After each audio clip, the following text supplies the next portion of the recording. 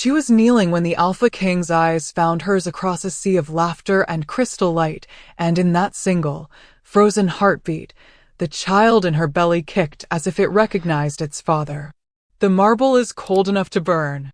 That's what Marin thinks as her knees press harder into the polished stone floor of Valancourt Hall, her fingers wrapped white-knuckled around a scrub brush that smells of lie and shame. Around her, the engagement celebration pulses with life, wolves in silk and velvet, their glasses catching firelight, their voices rising in toasts to a future that has no room for women like her. Women who love the wrong man. Women who carry the consequence of that love beneath threadbare dresses and trembling ribs. The pack doesn't whisper anymore. They used to in the beginning. Now they simply stare. She can feel their eyes like brands against her skin. The curve of her belly is impossible to hide, even beneath the loose gray fabric that hangs from her shoulders like a burial shroud. 6 months along. Maybe 7. She stopped counting the weeks when counting meant remembering the night everything shattered, the night Darian Thornfeld looked at her with eyes that had once held promises and told her she was nothing. A mistake. A moment of weakness he would not allow to define him. And so here she is, scrubbing wine stains from the floor of his engagement party. The irony is so sharp it could draw blood.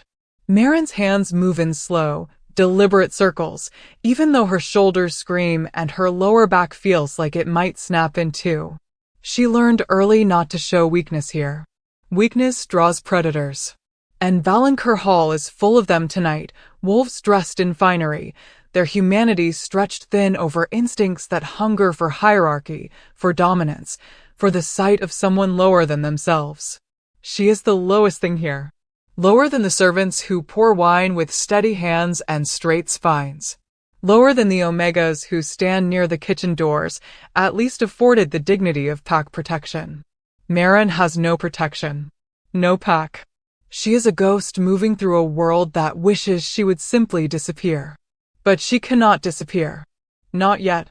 The baby shifts again, a flutter of movement that feels like defiance, and Marin closes her eyes for just a second, letting herself remember warmth. A different kind of touch. Hands that were not Darian's, larger, rougher, but somehow gentler. A voice that spoke her name like it meant something. She shoves the memory down before it can take root. There is no room for that here. No room for the truth that sleeps beneath her skin, coiled and patient, waiting for the moment when silence will no longer serve her. Above her, the crowd erupts into applause. Marin doesn't look up. She doesn't need to. She knows what they're celebrating. Darian is standing at the center of the hall now, his arm wrapped around the waist of Isolde Greymont, a she-wolf whose bloodline is older than most of the stone in this keep. Isolde is beautiful in the way predators are beautiful, sleek, sharp, utterly certain of her place in the world. Darian is speaking now, his voice carrying across the hall with practiced ease. He talks about unity, about strength, about the future of Valancourt and the alliances that will carry them into a new era of power. He does not mention Marin, but Isolde does. I do hope the floors are clean enough for the ceremony, Isolde says, her voice lilting, sweet as poisoned honey. Laughter ripples through the crowd. We wouldn't want anyone to trip. Especially not those carrying extra weight. More laughter. Sharper this time. Marin's jaw tightens, but she does not stop scrubbing. She has learned this dance. Respond and they win. Show pain and they feast on it. So she makes herself small. Makes herself silent. Counts her heartbeats and waits for the moment to pass. But Darian is not finished. Marin, he calls out, his tone light, almost jovial. Come here. Her hands still. Her breath catches. She knows better than to disobey. Slowly, carefully, Marin rises to her feet. The room swims for a moment, too little food, too little sleep, too much weight pressing down on a body that is already giving everything it has to the life growing inside her. She steadies herself and walks toward the center of the hall, toward the raised dais where Darian and Isolde stand like a portrait of everything she will never be. The crowd parts for her. Not out of respect.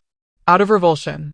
When she reaches the base of the dais, Darian gestures to a spot near his feet. There is a wine spill there, dark red against white stone, spreading like a wound. Clean it, he says simply. Maren looks at him. Really looks at him. The man she thought she knew. The man who whispered promises in the dark and swore she mattered.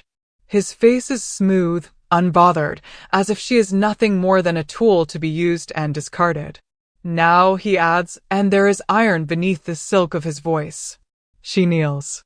The laughter swells again, but this time it feels distant, as though Maren is sinking underwater. She can hear her own pulse in her ears, a steady thrum that drowns out everything else. Her hands move automatically, brush against stone, scrubbing away the stain while the pack watches and judges and celebrates a union built on cruelty. And then the doors open. Not with a crash. Not with fanfare. Just silence. It starts at the back of the hall and spreads like frost, creeping forward, swallowing sound and breath and movement until the entire room is holding still. Maren feels it before she sees it, a shift in the air, a weight that presses down on her chest and makes her wolf, dormant and hidden for so long, stir uneasily inside her. She looks up, and she sees him. Tall, cloaked in black that seems to drink the light. His presence fills the doorway like a storm about to break. He does not announce himself. He does not need to. Every wolf in the hall knows who he is. Theron Ashenfell, the Alpha King. Maren's heart stops, because she knows that face. She knows the set of those shoulders. She knows the way his gaze moves across a room, sharp, assessing, missing nothing. And right now, that gaze is locked on her. The bond that has been sleeping, buried beneath months of denial and fear and desperate hope, flares to life. Not gently, not softly. It ignites like wildfire, searing through her chest, burning away every wall she built to keep this moment from happening. She gasps, her hand flying to her belly, and the baby who has been quiet for hours, kicks hard, as if reaching for something just beyond her skin. Theron takes a step forward, then another. His eyes never leave hers. Darian is speaking, stumbling over words, trying to explain or deflect or charm his way through whatever this is, but Maren cannot hear him. She cannot hear anything except the roar of her own blood and the single, undeniable truth that is crashing down around her. He knows. Theron knows. And the world is about to burn. Theron moves through the hall like a blade cutting silk. Every step is deliberate, measured. The kind of movement that speaks of absolute control wrapped around something far more dangerous. Wolves press themselves against the walls without thinking, their instincts screaming at them to make space, to bow, to submit. Even the high-born she-wolves in their jeweled gowns lower their eyes as he passes. But Maren cannot look away. She is still kneeling, her brush forgotten on the floor beside her, her hand pressed against the swell of her belly where the baby continues to move, restless, insistent, as if it knows its father is near. Her wolf is awake now, prowling beneath her skin, whimpering and snarling in equal measure. For months she has kept it buried, locked down so deep that even she sometimes forgot it existed. Now it remembers. Now it wants. Theron stops 3 feet from where she kneels. Close enough that she can see the way his jaw tightens. Close enough that she can smell him, pine and smoke, and something darker, something that makes her wolf bare its teeth in recognition. Stand, he says.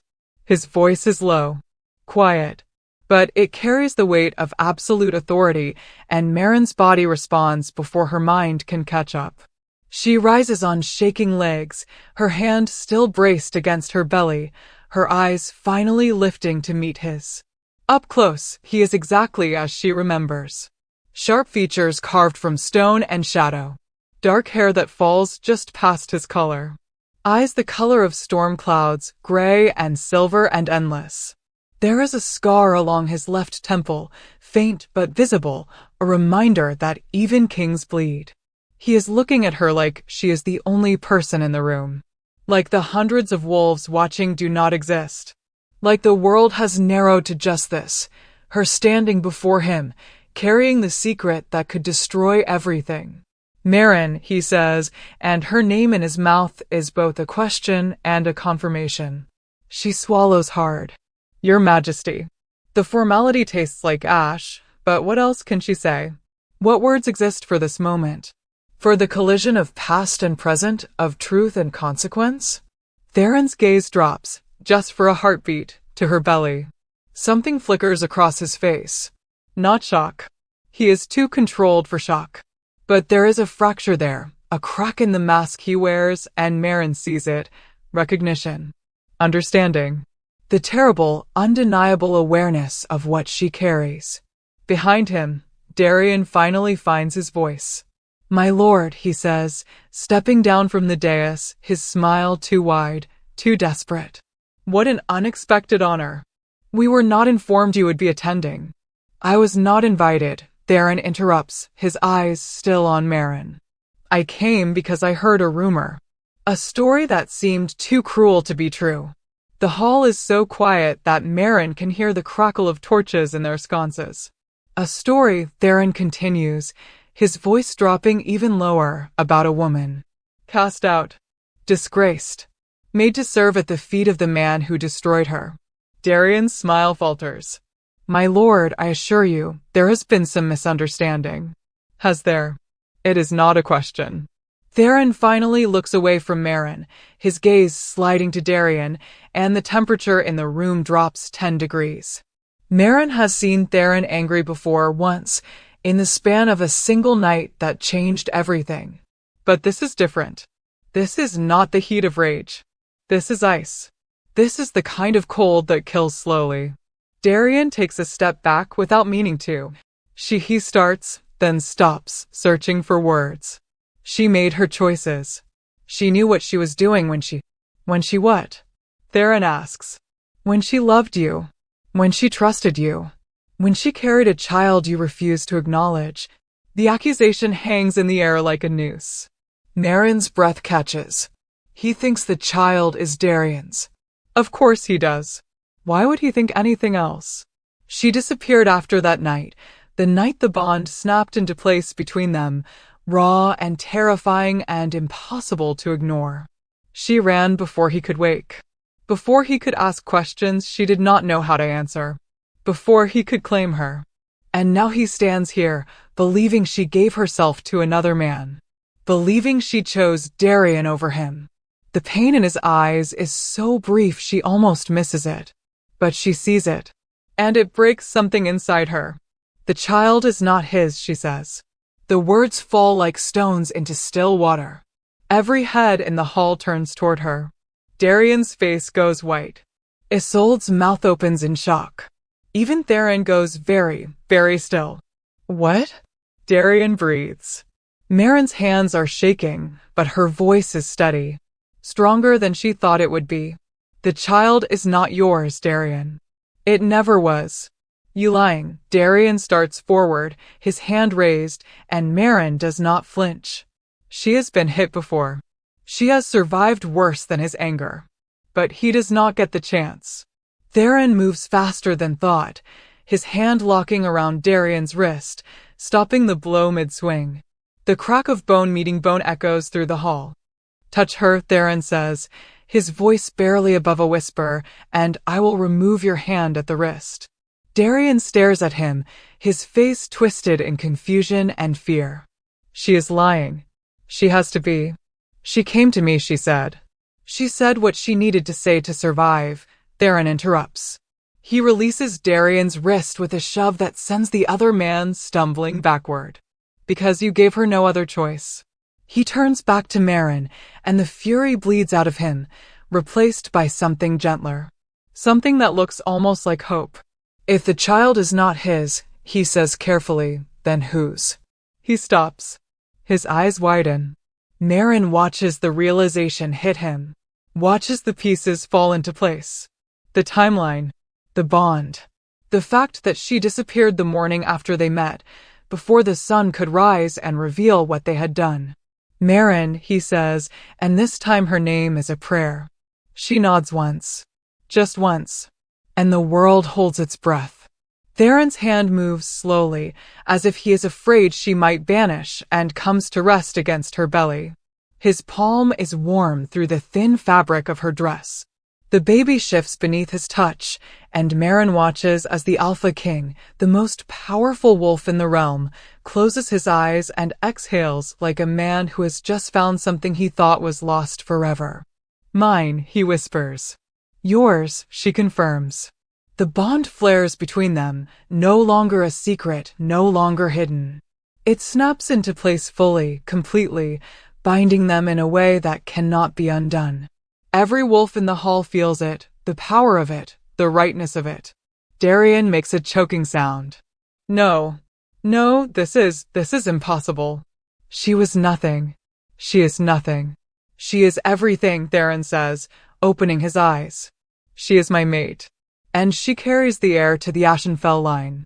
The hall erupts. Voices rise in shock and disbelief and sudden, desperate fear. Because if what Theron says is true, if Marin is his true mate, if the child she carries is the future Alpha King, then every insult, every cruelty, every moment of humiliation she endured is a crime against the crown itself. Isolde steps forward, her face pale, but her voice sharp. She hid this. She lied. She let us believe. She protected our child, Theron says, and there is steel in his voice now. From a world that would have used him as a weapon before he even drew breath. From people who would have seen him as a tool, a symbol, a bargaining chip. His gaze sweeps the room. From wolves like you. Silence falls again. Theron looks back at Marin, and his expression softens. Why did you run? The question is quiet. Private. Meant only for her. Marin meets his eyes and tells him the truth. Because I knew what it would cost. What it would mean. I did not want our child raised in a cage made of crowns and duty.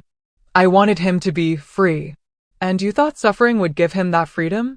Theron's voice cracks, just barely. You thought I would let you face this alone? I thought, Marin says, her own voice breaking now, that you would be better off without me. That he would be safer if no one knew. Theron shakes his head slowly. You were wrong. He takes her hand, the one that has scrubbed floors and carried buckets and bled, trying to build a life from nothing, and he lifts it to his lips. The gesture is so tender it hurts to watch. I would have burned the world to find you, he says against her knuckles. I have been searching for 7 months. Every lead. Every whisper. And you were here. Right here. Being destroyed by men who are not fit to speak your name.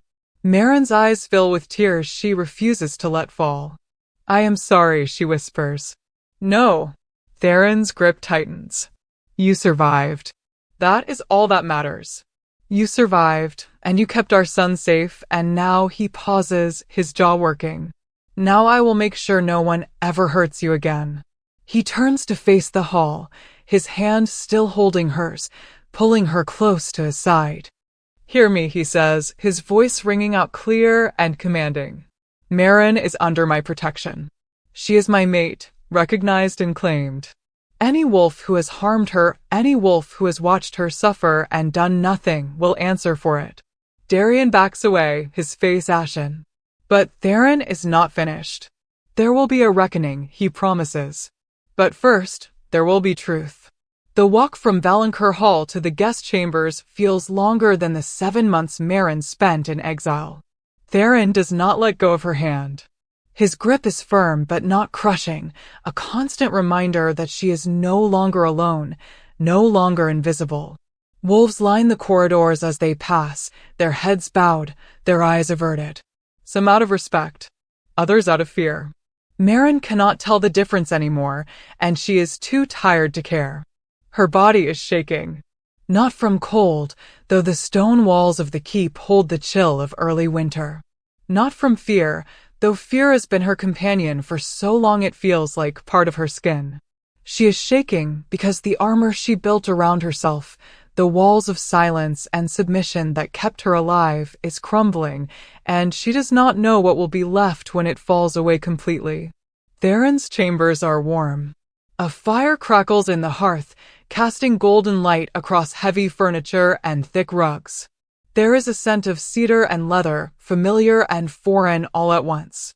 He guides her to a chair near the fire, and only when she sits does he finally release her hand. The loss of his touch feels like cold water. He moves to a side table, pours something amber into a crystal glass, and brings it to her. "Drink," he says. Slowly. Maren takes the glass with both hands. The liquid burns on the way down, but it steadies her. Warmth spreads through her chest, loosening the knot of tension that has lived there for months. Theron kneels in front of her. The Alpha King. On his knees. Again. "Tell me," he says quietly. "Tell me everything. I need to understand." Maren stares into the fire, watching the flames twist and dance. Where does she even begin? With the night they met? With the morning she ran? With the weeks that followed, when she realized what she carried and what it would cost? She starts with the truth. "I was nobody," she says. "Before you. Before all of this. I was just Maren, daughter of a healer in the border packs. My mother died when I was young. My father raised me alone, taught me her craft. Herbs and remedies. How to set bones and stitch wounds. It was a quiet life. Small.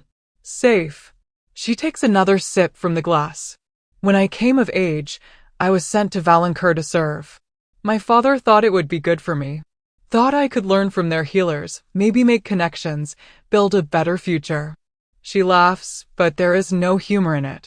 "I was so naive. I thought the world was kind. I thought people saw worth in things other than power." Theron's jaw tightens, but he says nothing. "Darian noticed me," Maren continues. "Not because I was special. Because I was easy. Quiet. Grateful for attention.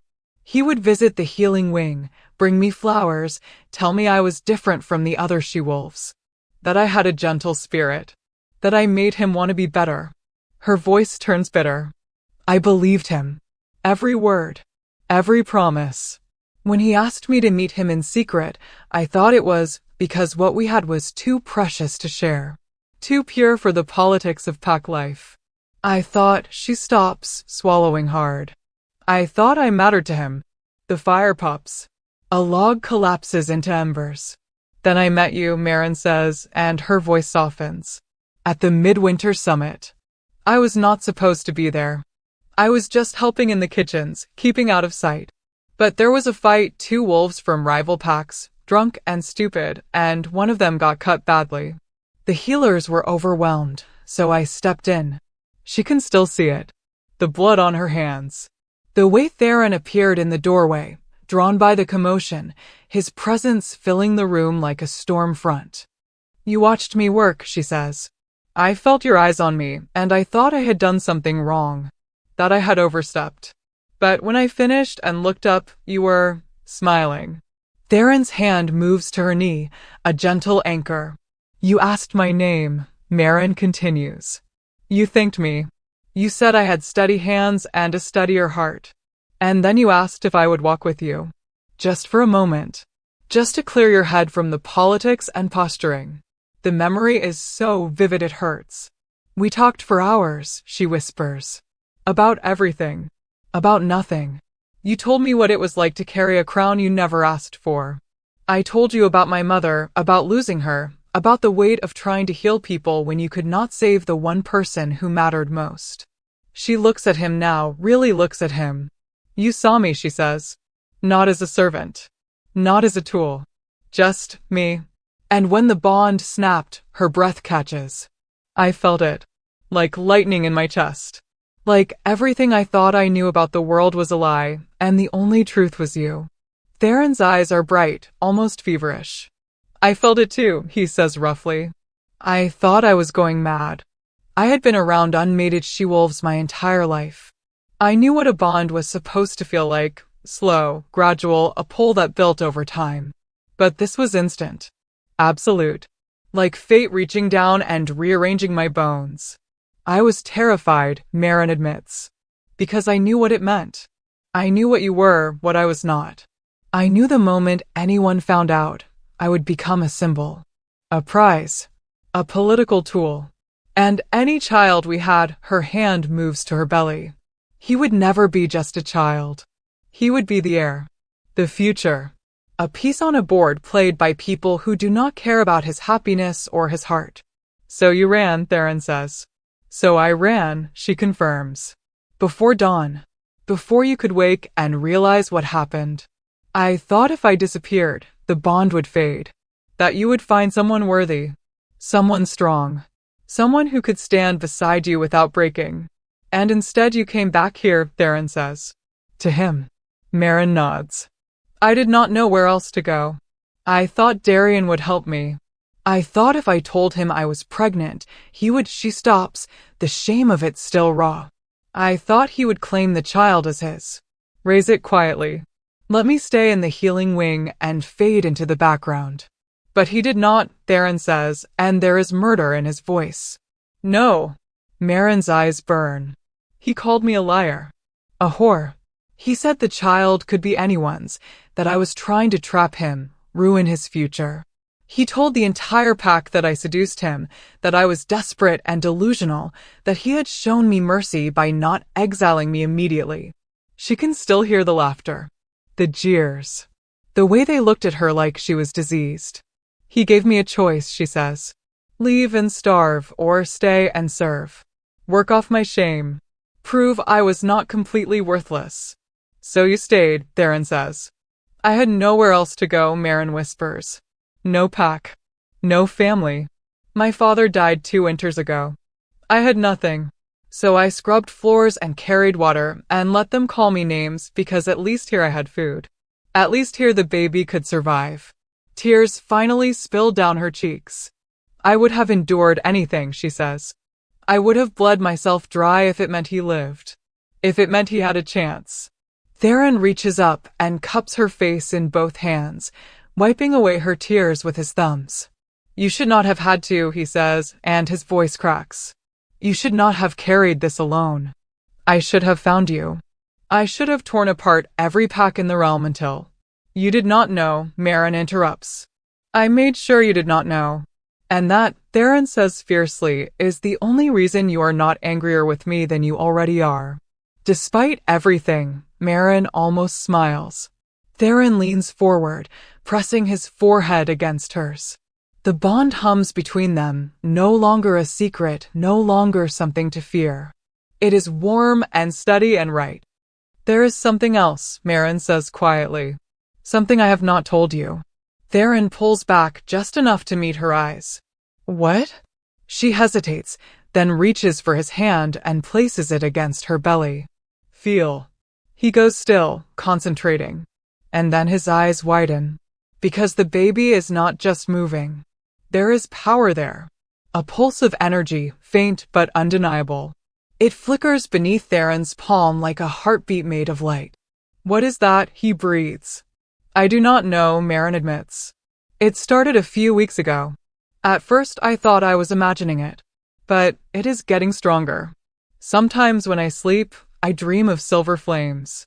Of wolves made of moonlight. Of voices speaking in languages I do not understand. Theron's expression shifts, wonder and concern warring for dominance. My bloodline, he says slowly, goes back to the first wolves. The ones who walked with the moon herself. There are stories, legends, about children born with the old magic still in their veins. Wolves who could shift at will, who could speak to the elements, who could. Who could what? Maren presses. Who could change the world, Theron finishes. For better or worse.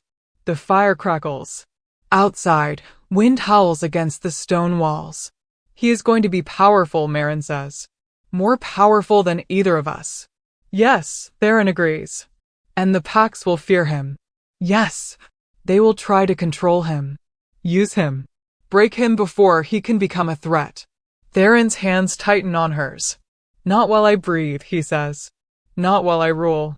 I will build a world where he can be exactly who he is meant to be, powerful and free and loved. I swear it. Maren searches his face and finds only truth. I am still afraid, she admits. So am I, Theron says. But we will face it together. No more running. No more hiding. You are mine, Marin. You have always been mine. And I will spend the rest of my life proving that you were wrong. You are not too weak to stand beside me. You are the strongest person I have ever known. Something inside Marin breaks open. Not painfully. Like a door she has kept locked for too long finally swinging wide. She leans forward and kisses him. It is soft at first. Tentative. A question and an answer all at once. But then his hand slides into her hair, and hers grips his shoulder, and the kiss deepens into something desperate and necessary. When they finally pull apart, both of them are breathing hard. There is going to be a reckoning, Theron says. Darian. Isolde. Everyone who stood by and watched you suffer. They will answer for it. I know, Marin says. Are you ready for that? She thinks about the months of humiliation. The nights spent hungry. The fear that lived in her bones. And then she thinks about the child in her belly, the one who will be born into a world that tried to destroy his mother before he even existed. Yes, she says. I am ready. Morning comes cold and silver. Marin wakes in a bed that is too soft, beneath blankets that smell of cedar and smoke and something uniquely Theron. For a moment, she forgets where she is. Forgets the hall, the humiliation, the impossible truth that the Alpha King knows about their child. Then the baby kicks and memory floods back. She sits up slowly, her hand moving to her belly. The room is empty. Theron must have left before dawn. There are demands on a king even when the world is falling apart. Especially then. But he left a fire burning in the hearth, and on the table beside the bed is a tray with warm bread, honey, and tea that steams gently in the cool air. Small kindnesses. They undo her more than grand gestures ever could. Marin eats slowly, savoring each bite. It has been so long since food was not just fuel, not just survival. When she finishes, she rises and dresses in the clothes that were laid out for her, not the gray servant's dress she wore yesterday, but something finer. Deep blue wool, soft and well-made, with silver embroidery at the cuffs. Someone sees her now. Someone wants the world to see her too. There is a knock at the door. Come in, Marin calls, expecting a servant. Instead, Theron enters, and he is not alone. Behind him is a woman who looks like winter given form. Tall and willowy, with hair the color of fresh snow and eyes pale as ice. She wears robes marked with symbols Marin does not recognize, spirals and crescents, stars and wolves intertwined. Marin, Theron says, his voice gentle. This is Sibel. She is a keeper of the old ways. I asked her to come. Marin's pulse quickens. Why? Sibel steps forward, and there is something ancient in her gaze. Something that sees beyond skin and bone. Because the child you carry is not ordinary, Sibel says simply. And because there are questions that need answers before what comes next.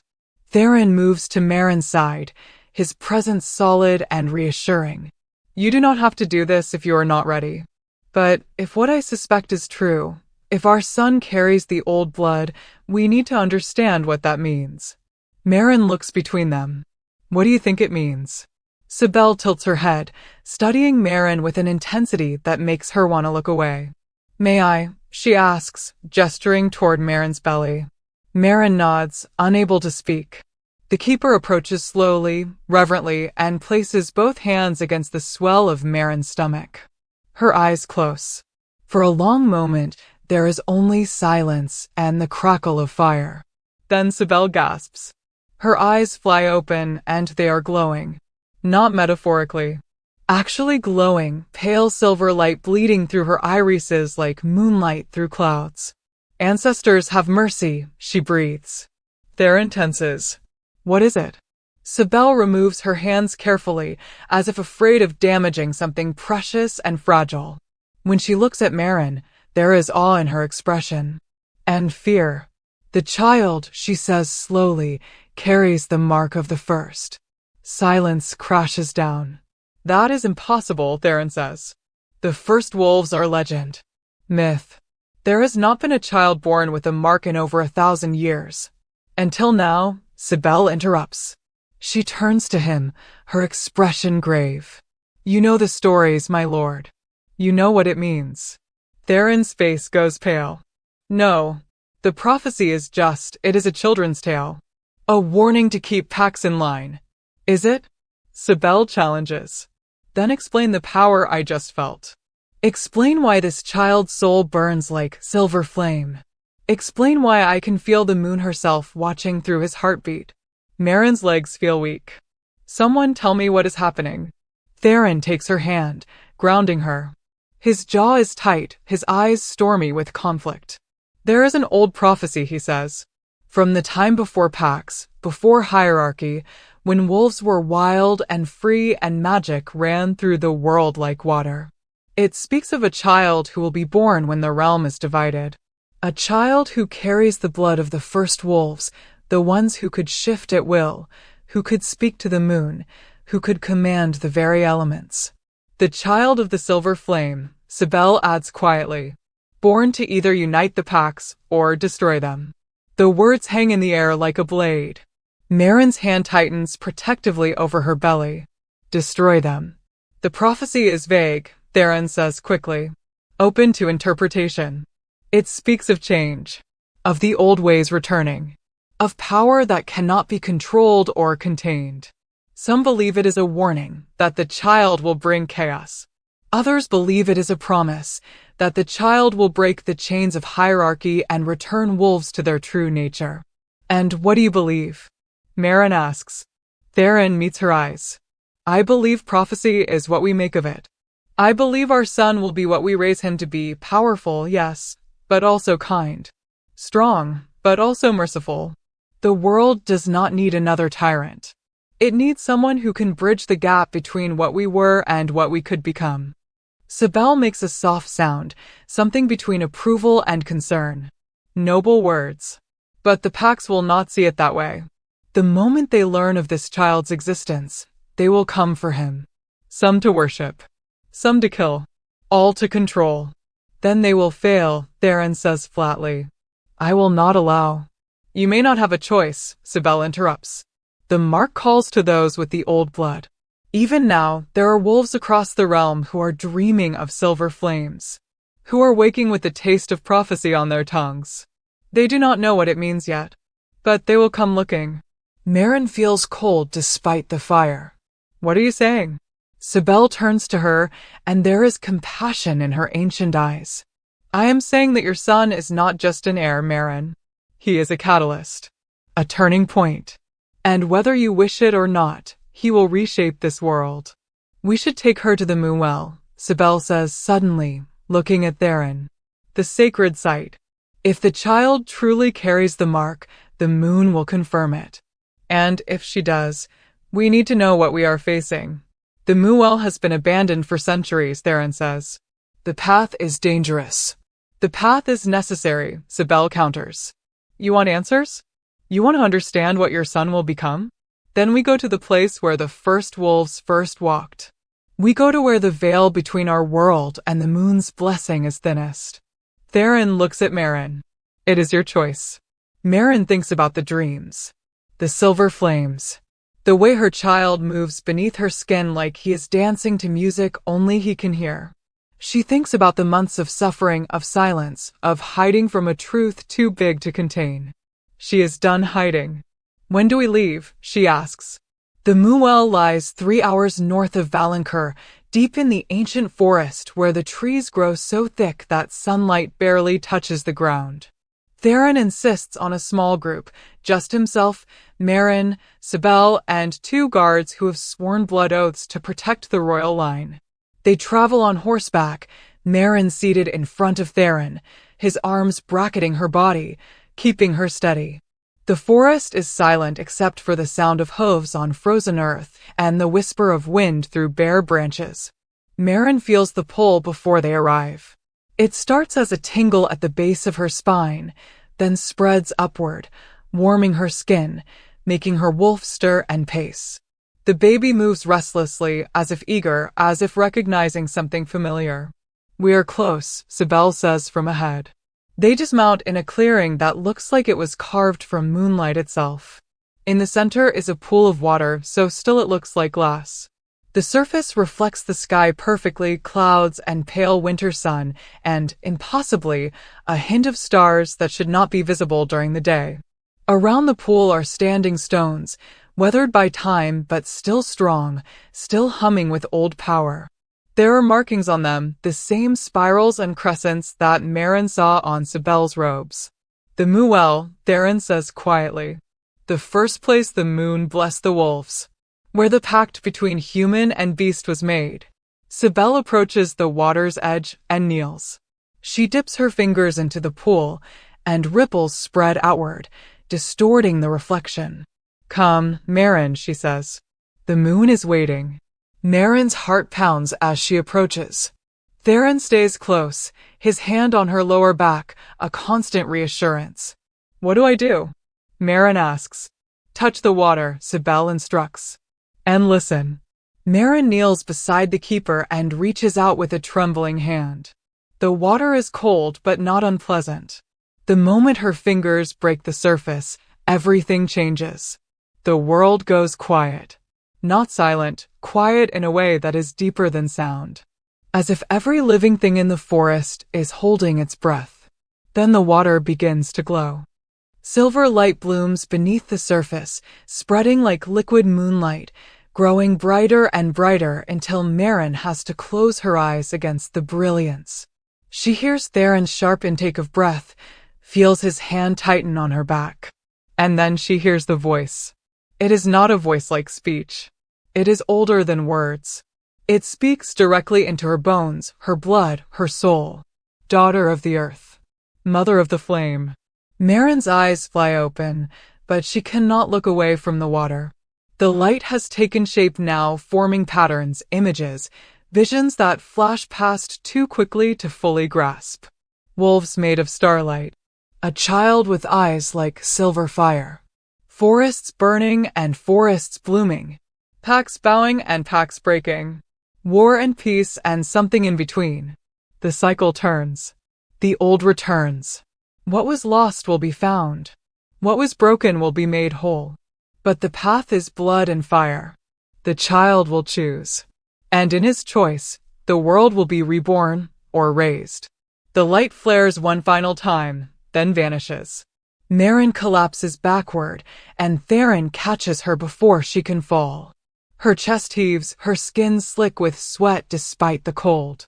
The baby is moving frantically now, and she can feel it, the power inside him, awake and aware and huge. Maren, Theron says urgently. Maren, look at me. She turns her head, and he goes very still. Her eyes are glowing. The same silver as the Muel. The same silver as the vision. It is true, Sibel whispers, and there is reverence in her voice. The prophecy is true. The child of the silver flame is coming. The glow fades slowly from Maren's eyes, leaving her exhausted and shaking. What did you see? Theron asks.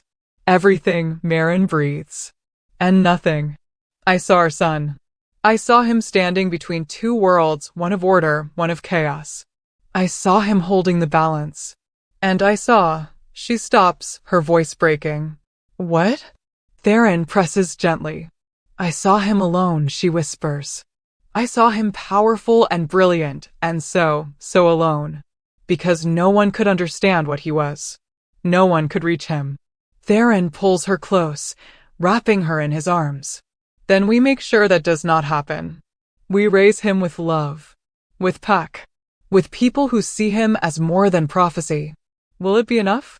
Maren asks. It has to be, Theron says fiercely. Sibel stands, her robes moving in a wind that is not there. The moon has spoken. The child is marked. And now every wolf with the old blood will feel it. They will come, my lord. Believers and skeptics. Worshippers and assassins. You must be ready. Then we make our stand, Theron says. We claim the truth. We show the Pax that this child is not a threat, he is hope. And anyone who tries to harm him will face the full might of the crown. He looks down at Maren, his eyes blazing with determination. No more hiding, he says. No more running. We face this together. Marin nods, feeling something shift inside her. Not fear. Not anymore. Resolve. Together, she agrees. They return to Valancourt Keep as the sun begins its descent, painting the sky in shades of blood and amber. The ride back is tense. Every shadow feels heavier. Every rustle of wind through the trees sounds like whispers.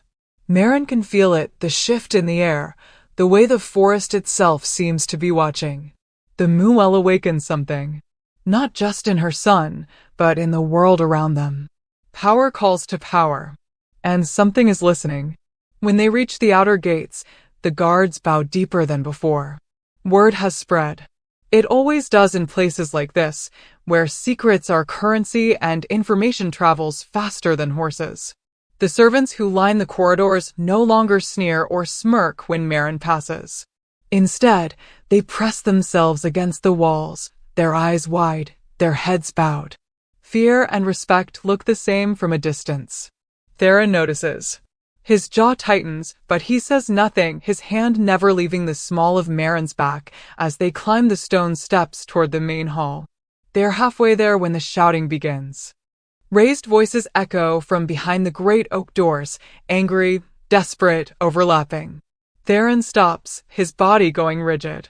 One of his guards steps forward.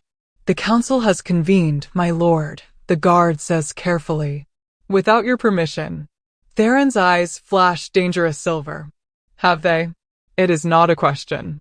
He pushes open the doors without ceremony, and the hall falls silent. Inside, the high-ranking wolves of Valancourt and the surrounding territories are gathered around a massive stone table. Darien stands near the center, his face pale but his posture defiant. Isolde is beside him, her expression carved from ice. And seated at the head of the table, where only Theron should sit, is an older wolf with gray-streaked hair and eyes like flint. Aldrich Greymont, Isolde's father, head of the Northern Coalition. "Your Majesty," Aldrich says, and the title drips with barely concealed disdain. "How kind of you to join us." Theron steps into the room with the kind of calm that precedes violence. "Explain why you are in my hall, in my seat, discussing matters that do not concern you." "Oh, but they do concern us," Aldrich replies smoothly. He gestures to the gathered wolves. "They concern all of us. You see, a rather disturbing rumor has reached our ears. A rumor about the servant girl," he spits the word like poison, "and a child she claims is yours." "Marin is not a servant," Theron says, his voice dropping to something lethal. "She is my mate. And the child she carries is the heir to the Ashenfell line. There is no claim, only fact." The room erupts. Voices rise in protest and shock, wolves arguing over each other, some in disbelief, others in outright fury. Aldrich lets the chaos build for a moment before raising his hand for silence. "If what you say is true," Aldrich says slowly, "then you have committed a grave error, Your Majesty. To take a mate without the council's approval, without consideration for bloodlines and alliances." "I need no approval," Theron interrupts coldly. "The bond is not a choice. It is fate. And I will not apologize for it." "Fate," Isolde laughs bitterly. She steps forward, her hands clenched at her sides. "Is that what you call it? You betted a nobody, a wolf with no name, no lineage, no power, and now you expect the Pax to bow to her bastard." Marin flinches at the word, but Theron moves faster than thought. He is across the room in heartbeats, his hand closing around Isolde's throat, not squeezing, not hurting, but the threat is unmistakable. "Speak of her that way again," he says softly, "and I will forget that you are a guest in my hall." Isolde's eyes widen with shock and fury, but she does not fight back. She cannot. Not against an Alpha King. Aldrich rises from the stolen seat, his voice hardening. "You prove my point, Your Majesty. You are compromised, ruled by instinct rather than reason. That woman has bewitched you." "Enough." Sibel's voice cuts through the tension like a blade. The keeper steps into the hall, her presence commanding immediate attention. Even the council wolves turn toward her, their expressions wary. You speak of bewitchment, Sibel says, her pale eyes scanning the room. Of compromise and poor judgment. But tell me, which of you has been to the moon well? Which of you has heard the moon's blessing? Silence. None of you, Sibel continues. Because none of you carry the old blood strong enough to receive it. But Marin does. And the child she carries, she pauses, letting the weight of her words settle. The child carries the mark of the first. The prophecy is awakening. And whether you believe it or not, whether you accept it or not, it is happening. Aldrich's face darkens. Prophecy. You expect us to append centuries of tradition, of carefully maintained bloodlines and alliances because of prophecy. I expect you to recognize the truth when it stands before you, Sibel says sharply. The moon has chosen. The bond is real. The child is marked. Deny it, and you deny the very foundation of what it means to be wolf. Or, Darian speaks up, his voice shaking but determined, we acknowledge that this woman is a liar. That she has seduced our king and fed him stories designed to elevate herself. That she is using an unborn child as a weapon. Careful, Theron warns, releasing Isolde and turning toward Darian. Very, very careful. But Darian, fool that he is, does not stop. She came to me, he insists, looking around at the council. Months ago. Claimed to love me. Gave herself to me. And when I would not marry her, when I chose someone of actual worth, he gestures to Isolde. She ran to the king with lies. She seduced him, just as she seduced me, and now she hides behind a false bond to avoid the consequences of her actions. Marin feels something inside her crack. All the months of humiliation. Of scrubbing floors and swallowing insults. Of biting her tongue until it bled. All of it rises up like a tidal wave, and suddenly she is stepping forward, moving past Theron, past the guards, until she stands directly in front of Darian. You want to call me a liar, she says, her voice low and shaking. You want to tell them I seduced you? Darian's eyes flicker with uncertainty, but he holds his ground. It is the truth. The truth, Marin interrupts, is that you told me you loved me. You whispered promises in the dark. You said I was different, special, worth protecting. And the moment your ambition demanded it, you threw me away like trash. Her hands are trembling, but her voice grows stronger. The truth is that I came to you when I was desperate and afraid, and you called me a whore. You made me kneel. You let your pack spit on me while you smiled. You are not a victim, Darian. You are a coward. And everyone in this room knows it. The silence that follows is devastating. Darian's face goes red, then white. You have no proof. I need no proof, Theron says quietly. Because I can smell the lie on your tongue. Every wolf here can. You reek of it. Aldrich slams his hand on the table. This is madness. You would take the word of a disgraced Omega over one of our own. She is not disgraced, Theron says, his patience finally snapping. She is brave.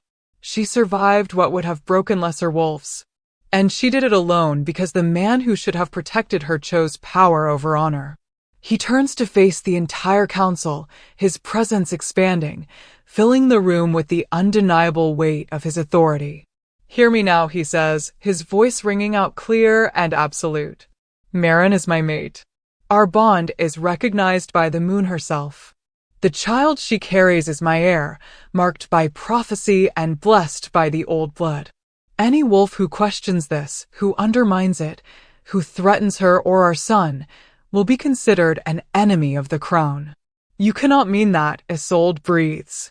You would turn on your own people. I am protecting my people, Theron corrects. From wolves like you, who see others as tools to be used. Who value bloodlines over character. Who would rather cling to tradition than evolve. Aldrich stands tall, his expression thunderous. If you pursue this path, your majesty, you will fracture the realm. The northern packs will not stand for it. The eastern territories will rebel. You will have civil war. Then let there be war, Theron says flatly. Because I will not sacrifice my mate and child to keep cowards comfortable. The words land like a declaration. Aldrich stares at him for a long moment, then slowly, deliberately, turns his back, the ultimate sign of disrespect. "Come, Isolde," he says coldly. "We are leaving. And we will not be the only ones." Isolde hesitates, her eyes lingering on Theron with something that might be regret or fury or both. Then she follows her father, her spine straight, her head high. Half the council rises to follow them. They file out in silence, but the message is clear. The realm is breaking. When the doors close behind them, Theron turns to the wolves who remain. There are fewer than before, perhaps a dozen, maybe less. But their faces are steady. Resolved. "Thank you," Theron says simply. "For staying. For believing." One of them, a scarred old wolf named Torvin, steps forward. "We do not stay because we believe the prophecy, my lord. We stay because we believe you. And because that girl," he nods toward Marin, "has more spine than half the council combined." A few others murmur agreement. Theron's expression softens. "Then we prepare. Because Aldrich was right about one thing, there will be consequences. And we need to be ready." That night, Marin cannot sleep. She stands at the window of Theron's chambers, watching the moon rise over the forest. The baby is quiet for once, as if he too is waiting for something. Theron comes up behind her, wrapping his arms around her, pulling her back against his chest. "You were magnificent today," he murmurs against her hair. "I was terrified," Marin admits. "Bravery and terror are not opposites," Theron says. "Often, they are twins." Marin leans into him, letting his warmth seep into her bones. "What happens now?" "Now we fortify. We reach out to the packs who still honor the old ways. We prepare for the wolves who will come, both friend and foe." "And if it is not enough?" Marin asks quietly. Theron turns her in his arms so she is facing him. His eyes are steady, unwavering. "Then we fight," he says. "And we do not stop fighting until our son can grow up in a world that sees him as a blessing, not a threat." Marin searches his face and finds only truth. "Together," she whispers. "Always," he promises. Outside, the moon watches. And somewhere in the darkness, wolves begin to gather. 3 days after the council fractures, Theron takes Marin away from the keep. They ride east at dawn, just the two of them, leaving guards and politics and prophecy behind. The forest opens into rolling hills dotted with frost, and the sky stretches wide and clear above them, blue enough to hurt. Marin does not ask where they are going. She simply holds onto Theron as they ride, feeling the steady rhythm of the horse beneath them, the solid warmth of his body at her back. For the first time in months, she can breathe without counting the cost. They stop at midday beside a frozen lake that reflects the sky like polished glass. Theron helps her dismount, his hands lingering at her waist, steadying her as her feet find solid ground. The baby shifts lazily, content. "Where are we?" Marin asks. "Somewhere I used to come when the crown felt too heavy," Theron says. He spreads a thick fur across a flat stone near the water's edge and gestures for her to sit. "A place where I could remember who I was before I became what everyone needed me to be." Marin lowers herself carefully onto the fur, and Theron settles beside her, close enough that their shoulders touch. He unwraps bread and cheese from a pack, offers her water from a leather flask. Simple food. Quiet companionship. They eat in silence for a while, watching the sunlight dance across the ice. "Tell me something," Marin says eventually. "Something true. Something you have never told anyone else." Theron is quiet for a long moment, his gaze distant. "I did not want to be king," he says finally. "My brother was supposed to inherit. Kale was everything a ruler should be: strong, decisive, beloved by the packs. I was the spare, the shadow. I studied healing arts, diplomacy, things that did not require commanding armies or making impossible choices." Marin listens, her hand finding his. "Then there was an ambush," Theron continues, his voice rough. "Raiders from the outer territories. They killed my father. Wounded my brother so badly he could not shift, could barely walk. The healers said he would live, but he would never rule. So the crown fell to me. You did not choose it, Marin says softly. No, but I wear it. And most days I wonder if I am doing more harm than good. If my brother would have made different choices. Better choices. You chose me, Marin points out. You chose our son. Even knowing what it would cost. Theron turns to look at her, and there is something raw in his eyes. I did not choose the bond, Marin. But I chose to honor it. To fight for it. Because the moment I felt it snap into place, I knew, whatever came after, whatever I had to sacrifice, it would be worth it if it meant keeping you. Marin's throat tightens. I am still afraid. Of what our son will become. Of what the prophecy demands. Of failing him. So am I, Theron admits. Every day. But fear means we care. It means we understand the weight of what we carry. He shifts, facing her fully now, taking both her hands in his. I know I did not ask for your permission before claiming you in front of the council, he says. I know I made choices that put you at the center of a conflict you never wanted. If you wish to leave, if you want to take our son somewhere safe, somewhere far from crowns and prophecies, I will not stop you. The offer hangs between them, sincere and devastating. Marin thinks about running. About a quiet life in some distant village where no one knows her name. Where her son could grow up without the weight of destiny crushing him. But then she thinks about Theron kneeling in the hall. About the way he looks at her like she is the answer to a question he has been asking his entire life. About the bond that hums between them, steady and sure and right. I am not leaving, she says firmly. Not because I have to stay. But because I choose to. Because I love you. The words are out before she can second-guess them. Theron goes very still. Say that again. I love you, Marin repeats, stronger this time. I have loved you since the night we met. Since you saw me, really saw me, and did not look away.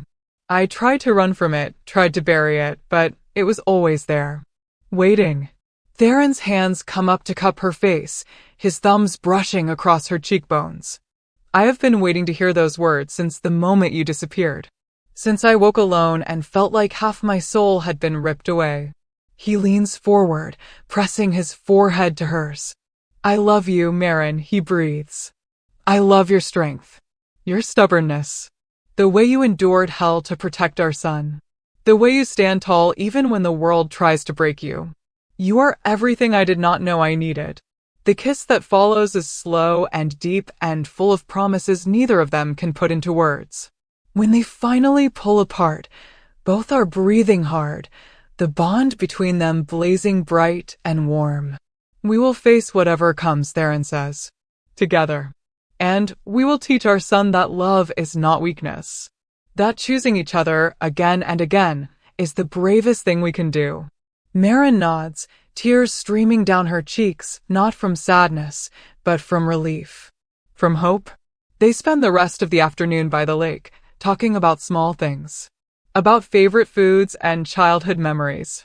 About the kind of father Theron wants to be, the kind of mother Marin hopes to become. They laugh. They dream. They exist, just for a moment, as nothing more than two people in love. As the sun begins to set, painting the sky in shades of gold and rose, Theron pulls Marin close. Thank you, he says quietly. For what? For choosing me. For choosing us. For being braver than I could ever be. Marin smiles against his chest. We are brave together. That is what matters. The ride back to the keep is slow, unhurried. And when they arrive, the world is waiting with all its complications and dangers. But for now, wrapped in each other's arms, they are enough. The attack comes at dawn. Marin wakes to the sound of screaming and the acrid smell of smoke. For a heartbeat she is disoriented, caught between sleep and waking. Then Theron is there, pulling her from the bed, his face grim. We're under siege, he says. Stay close to me. They rush into the corridor and chaos greets them. Wolves in armor run past, shouting orders. Servants flee toward the inner chambers. Through the narrow windows, Marin can see fires burning in the outer courtyard, shadows moving against the flames. Who? Marin gasps. Aldrich, Theron spits. He brought the Northern Coalition. And others. They descend the stone stairs toward the great hall, guards flanking them. Sibel appears from a side passage, her robes singed, her expression urgent. They broke through the eastern gate, she says. At least 200 wolves. Maybe more. They are calling for you to surrender the woman and the child. Theron's eyes flash silver. Never. They reach the hall, and it is already filled with defenders, wolves loyal to Theron, armed and ready. Torvin is there, barking orders, organizing positions. He sees Theron and nods grimly. We can hold them for a while, Torvin says. But they outnumber us 3-1. Then we fight smart, Theron replies. He turns to Merrin. There is a passage beneath the keep. It leads to the forest. Sibel will take you. No, Merrin interrupts. I am not leaving you. Merrin. I said no. Her voice is steel. If you stay and fight, I stay. Our son stays. We do not run anymore. Theron looks like he wants to argue, but there is no time. The doors explode inward. Aldrich strides through the smoke and splinters, flanked by warriors in northern colors.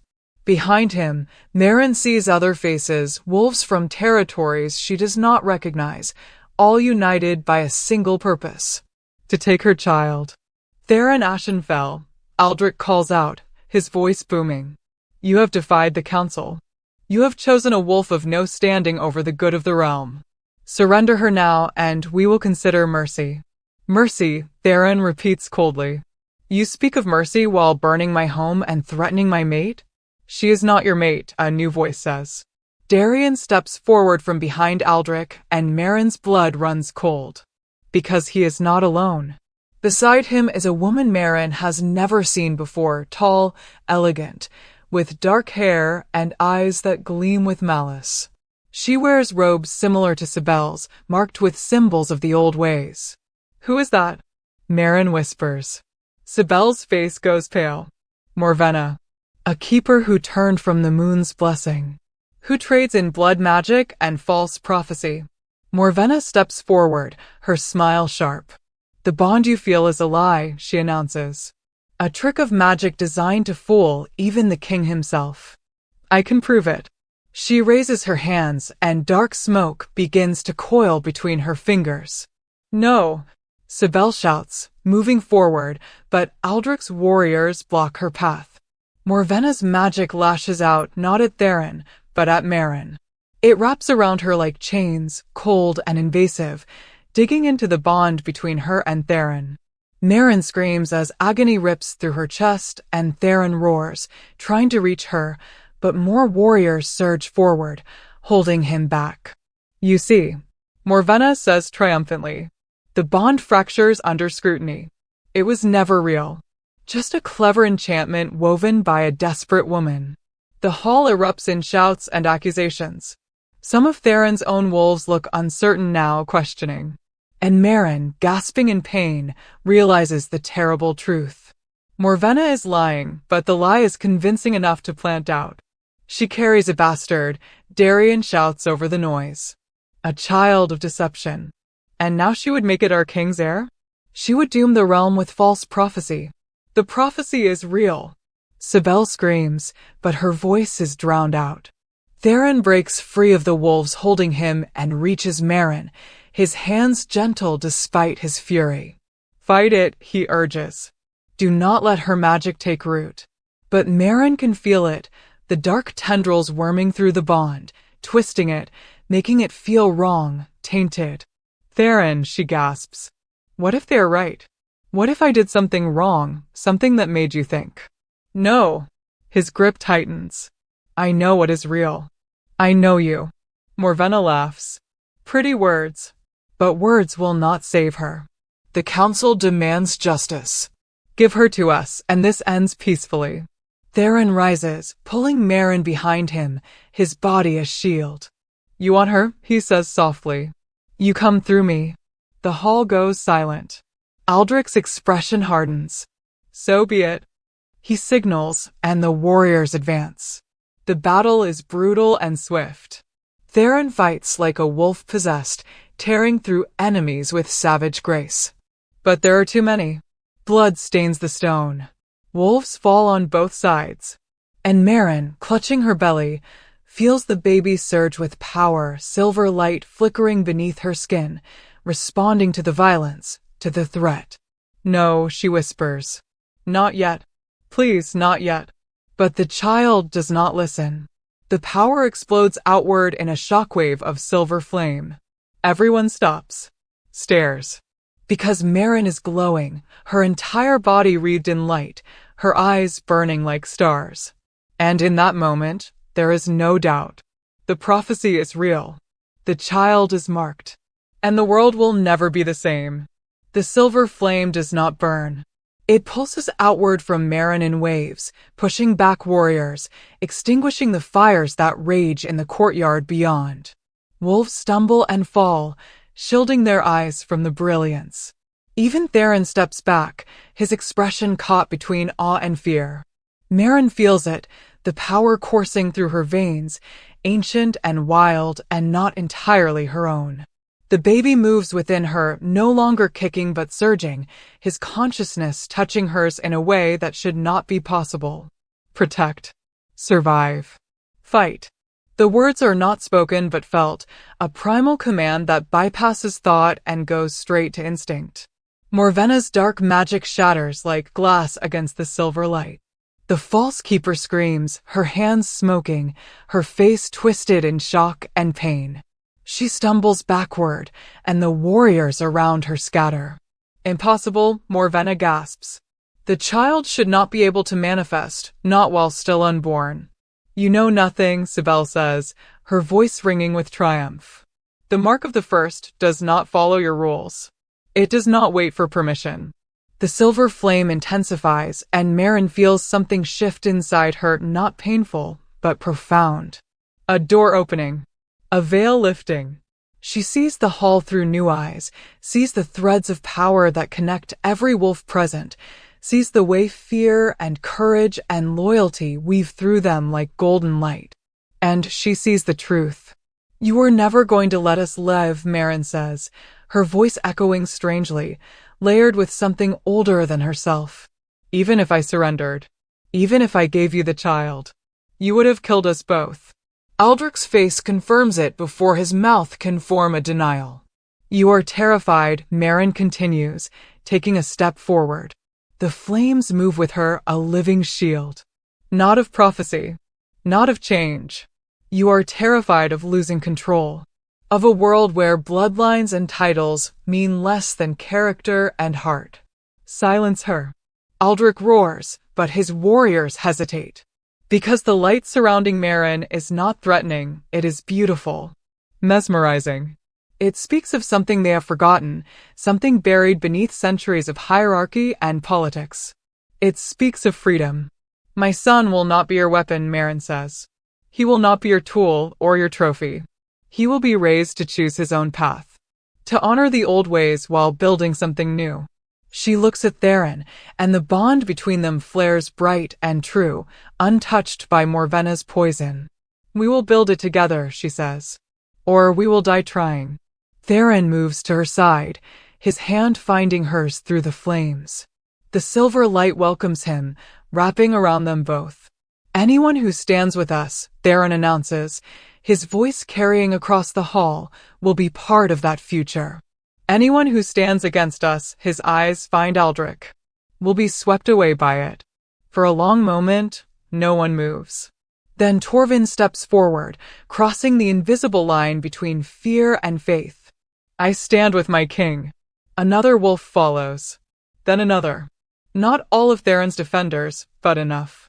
And from Aldrich's forces, a few hesitate, their loyalty wavering. "Traitors," Aldrich hisses. "All of you." "No," Theron corrects. "Believers. In something greater than fear." The silver flame begins to fade, its purpose served. Maren sways, exhaustion crashing over her, and Theron catches her before she falls. The baby settles, his presence receding, the crisis past. But the message has been delivered. Aldrich stares at them with hatred burning in his eyes, but he is smart enough to recognize a losing battle.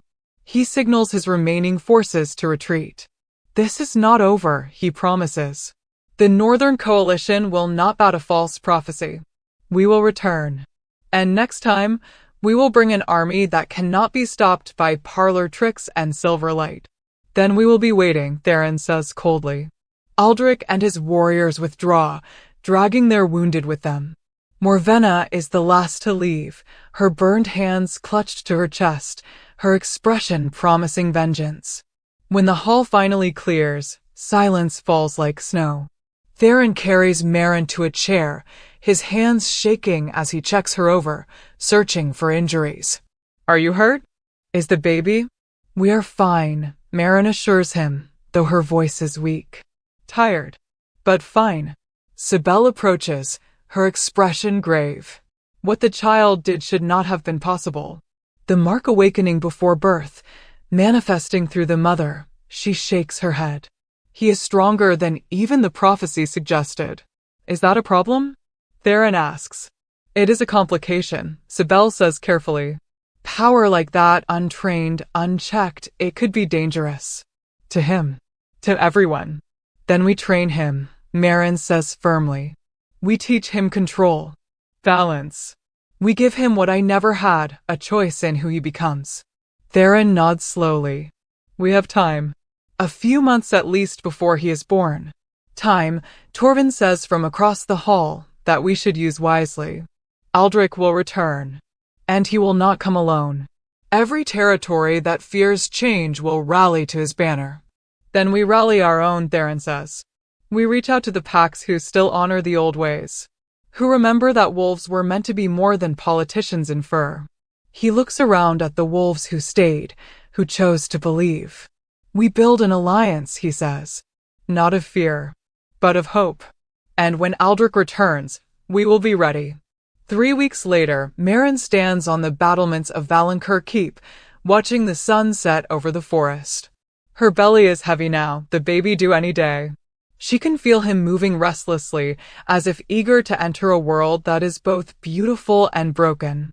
Theron stands beside her, his arm around her waist, supporting her weight. Below them, the keep bustles with activity. Allies have arrived from across the realm, small packs, lone wolves, families who believe in the prophecy or simply believe in Theron. It is not an army yet, but it is a beginning. Do you think it will be enough? Maren asks quietly. Theron is silent for a moment. I do not know, but I know this. Our son will be born into a world that is fighting for him. That sees him as hope, not just a weapon. That has to count for something. Maren leans into him, feeling the steady beat of his heart against her back. I am still afraid. Good, Theron says. Fear keeps us careful, keeps us honest. And if we fail? Maren whispers. If Aldrich wins? If the prophecy tears the realm apart? Theron turns her gently, so she is facing him. His eyes are storm gray and infinitely tender. Then we will have fought for something worth dying for, he says. Love. Choice. Freedom. The right for our son to be more than what destiny demands. He places his hand over her belly, and the baby kicks, strong, defiant, alive. He will change everything, Theron says. We have already seen it. The question is not whether the world will change. The question is whether we can guide that change toward light instead of darkness. Maren covers his hand with hers. Together. Always, Theron promises. The sun dips below the horizon, and the first stars appear, silver points of light against the deepening blue. Somewhere in the distance, a wolf howls. Then another. And another. The call spreads across the forest, a song of defiance and hope.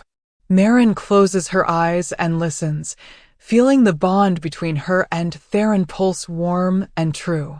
Feeling their son respond to the music in his blood. This is not an ending. It is a beginning. And the story is far from over. She was kneeling when the Alpha King found her. But she is standing now. Standing with silver flame in her veins and prophecy in her womb. Standing beside a king who chose love over power, truth over tradition. The world calls her weak. Calls her nobody. calls her a mistake that should have been erased. But the moon knows better. And soon, so will everyone else. Would you have chosen her side? Would you have knelt beside her in that hall, or would you have looked away like so many others? Would you have believed in prophecy when it wore rags and scrubbed floors? Or would you have needed silver flames to convince you? These are the questions that linger. The ones that burn long after the story ends. Because Marin's tale is not just about wolves and kings and children marked by destiny. It is about every person who has been told they are too small, too broken, too ordinary to matter. It is about the moment you decide to stand anyway. If this story lit something inside you, if it made you feel seen, or brave, or hungry for more tales where the discarded become undeniable, then subscribe to Cindy's Wolfheart Stories. Because here, we tell stories that bite back. Here, we celebrate the wolves who refuse to bow. And here, we believe that sometimes the most powerful magic is simply choosing to survive. Welcome to the pack.